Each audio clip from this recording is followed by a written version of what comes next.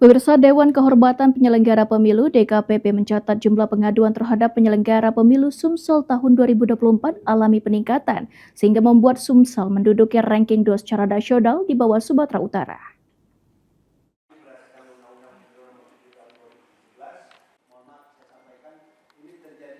Tidak seperti pemilu sebelumnya, pada tahun 2024 lalu Dewan Kehormatan Penyelenggara Pemilu (DKPP) mencatat sejumlah pengaduan terhadap penyelenggara pemilu di Sumatera Selatan mencapai 7,39% atau sebanyak 56 pengaduan, dan membuat Sumatera Selatan menempati ranking 2 besar jumlah pengaduan yang masuk diterima DKPP. Tingginya jumlah pengaduan tersebut menurut anggota DKPP Tio Aliansyah karena semakin pedulinya masyarakat terhadap proses penyelenggaraan pemilu yang dilakukan oleh KPU dan Bawaslu. Selain itu juga karena DKPP sudah mulai dikenal oleh masyarakat.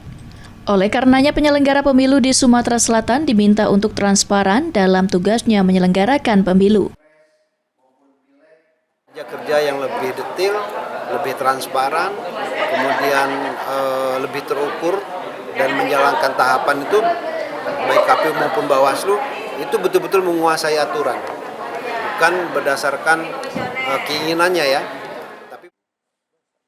Sementara itu, melihat tingginya jumlah pengaduan terhadap penyelenggara pemilu di Sumatera Selatan, pengamat politik yang juga dosen Fakultas Hukum Universitas Sriwijaya menjelaskan, jika hal itu dikarenakan tidak profesionalnya penyelenggara pemilu dalam melaksanakan tugasnya. Oleh karenanya ke depan penyelenggara pemilu harus benar-benar melaksanakan tugasnya dengan sebaik-baiknya.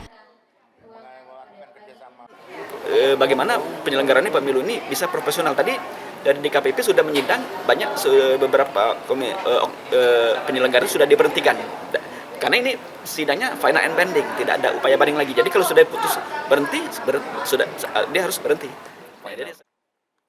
Dedeng pun berharap agar dilakukannya perbaikan dan peningkatan terhadap penyelenggaraan pemilu Sumatera Selatan ke depannya.